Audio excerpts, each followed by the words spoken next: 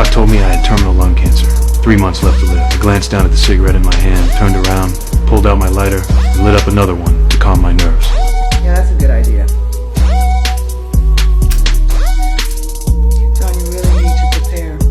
No need. To buy myself a little more time, I headed to a gas station and grabbed a bottle of cough syrup. Looking up at the billboard ad, everything seemed to be hinting that my time was up. From age 15 to 35, I'd been smoking at least 30 cigarettes a day.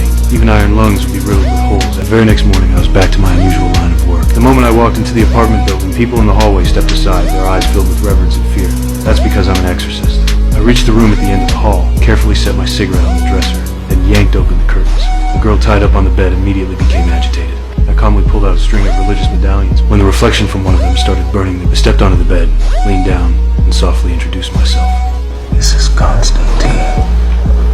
John Constantine. Asshole. The girl suddenly went dead silent. Her chest stopped rising and falling. She seemed genuinely dead. This was completely different from my usual exorcisms.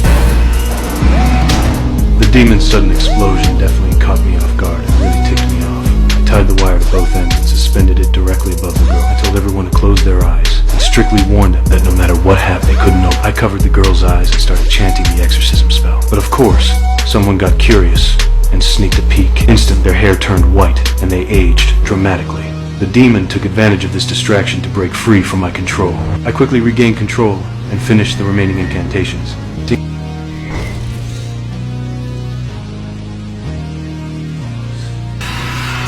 The mirror was blocked by the window frame. I made a split-second decision, grabbed the wire, braced my feet against the headboard, and used my full body weight to pull backward. The moment the mirror shattered, the girl returned to normal. I picked up my extinguished cigarette and walked out of the room. Just as I was about to light up an after-work smoke, I noticed some weird graffiti on the wall. Combined with how that scavenger demon had desperately tried to break through into our world using the girl's body during today's exorcism, it all pointed to one thing. Something big was brewing down in hell. What did any of that matter to a dead man?